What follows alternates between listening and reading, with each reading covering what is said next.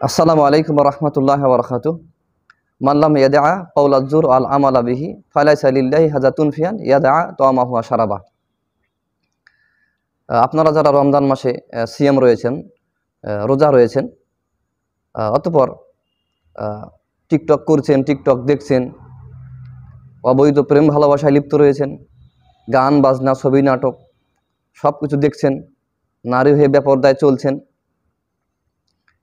আপনাদের ব্যাপারে মুহাম্মদ সাল্লাল্লাহু আলাইহি সাল্লাম বলছেন, যারা রোজা থাকার পরেও, সিয়াম থাকার পরেও মন্দ কথা এবং কর্মকে পরিত্যাগ করতে পারেনি, মিথ্যা কথা এবং কর্মকে বর্জন করতে পারেনি, তাদের এই না খেয়া থাকাতে আল্লাহ সুবহানাহু ওয়া তাআলার কোনো যায় আসে না। খানাপিনা এগুলোকে পরিহার করাতে, পরিত্যাগ করাতে আল্লাহ সুবহানাহু ওয়া তাআলার কোনো যায় আসে না। তো সিয়ামের শর্ত হচ্ছে মন্দ কথা এবং কর্মকে বর্জন করতে হবে খানাপিনা পরিত্যাগের পাশাপাশি।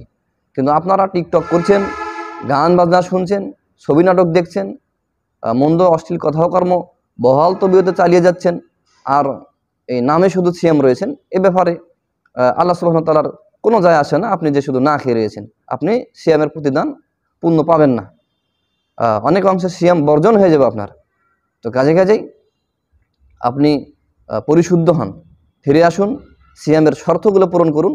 রাসূলুল্লাহ সাল্লাল্লাহু আলাইহি ওয়াসাল্লাম যেভাবে সিয়াম পালন করতে বলছেন ওইভাবে পালন করুন। শুধু খানাপিনা পরিত্যাগ করবেন, এর নাম সিয়াম নয়, এটা রোজা হতে পারে যা হিন্দুরা থাকে। তো কাজেই আমরা বলবো, সামনে আরও অনেক সময় রয়েছে সিয়ামের, এগুলো সিয়াম আদায়ের সময়তে সিয়ামের শর্তগুলো পূর্ণ আদায় করুন এবং যাবতীয় মন্দ কথা কর্মকে বর্জন করার চেষ্টা করুন।